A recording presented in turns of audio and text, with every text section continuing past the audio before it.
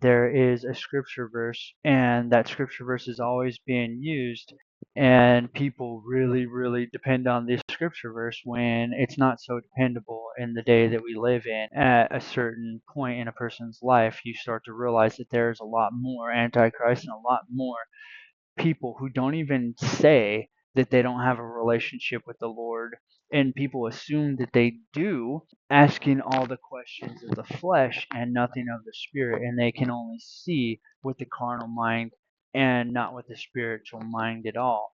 And most of these people have been indoctrinated, highly educated in college and doctorates and things like that, right? Scripture verse here, ye shall know them by their fruit. Actions, which would be the fruits of the Spirit, would eventually give you gifts, and they would produce in a deed, which means a work, result of sanctification, and an action would come about, all right, in some sort of administration, whether it be singing, finances, teaching, giving food, things like that, visiting the widow, man or woman, okay, them in prison, things like that. Many will say to me in that day, Lord, Lord, have we not prophesied in thy name? And in thy name have cast out devils, and in thy name done many wonderful things.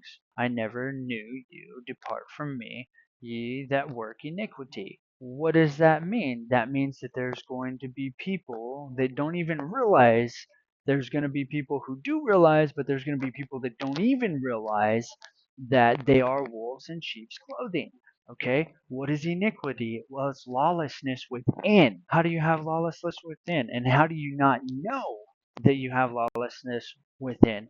Well, that would be a generational curse, and the way that the wicked one would do that would be to not stop you from worshiping, but to teach you how to counterfeit worship. And a way to do that as well, if our fathers, like he said, wrote the word and the commandments within us, okay, and that we are the temple, the Holy of Holies, in the middle of the Holy of Holies, have written where our fathers' written establishments in us.